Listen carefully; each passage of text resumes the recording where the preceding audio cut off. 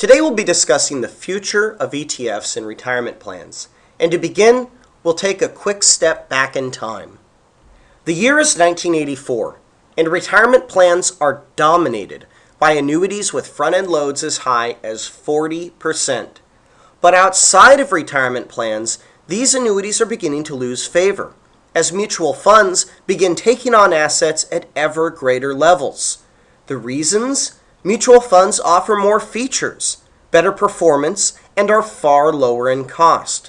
But at the beginning of this year, the amount of retirement plan assets invested in mutual funds is $0.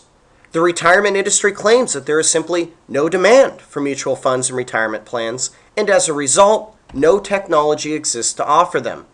But later in this year, after nearly 2 years of work funded by the Vanguard Group, SunGard completes the programming required to record-keep mutual funds in retirement plans. Now fast forward to about a decade later, 1996. Mutual funds surpass annuities to become the largest segment of assets in retirement plans, and the years that follow are filled with positive cash flows that peak in 2007. But after this period, things start to change. Money begins leaving mutual funds at an ever-accelerated pace. But where is this money going? The answer is into ETFs, which, despite the volatile market conditions of 2008 and after, still continue to experience record-setting positive cash flows. The reason for this change are many, one aspect being popularity. The accumulation of assets into ETFs has been accompanied by a very sharp rise in popularity. Much like 2008 was the beginning of the massive capital outflows from mutual funds, it was also the point at which the popularity of ETFs began to exceed that of mutual funds, the momentum of which has led to a change in news media focus. The reason is that mutual funds, especially actively managed ones, have little benefit to offer when compared to an ETF. And nowhere is this disparity more showcased than in retirement plans, where nearly 90% of the mutual fund assets are actively managed.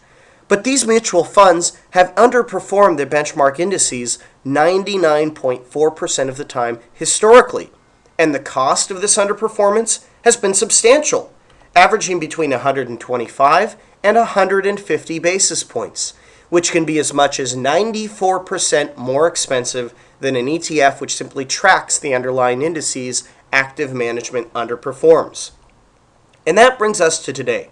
What's happening right now while you're watching this? As you may have read, over the previous 5 weeks, over $20 billion has flowed out of mutual funds. And during the same period, over $60 billion has flowed in to ETFs.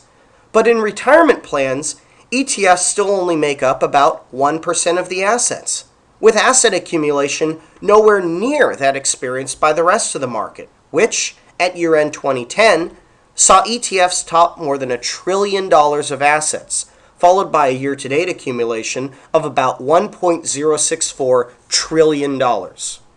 But despite all of these compelling numbers, the industry still insists that there is simply no demand for ETFs and retirement plans, much like they insisted that there was no demand for mutual funds back in the early 80s.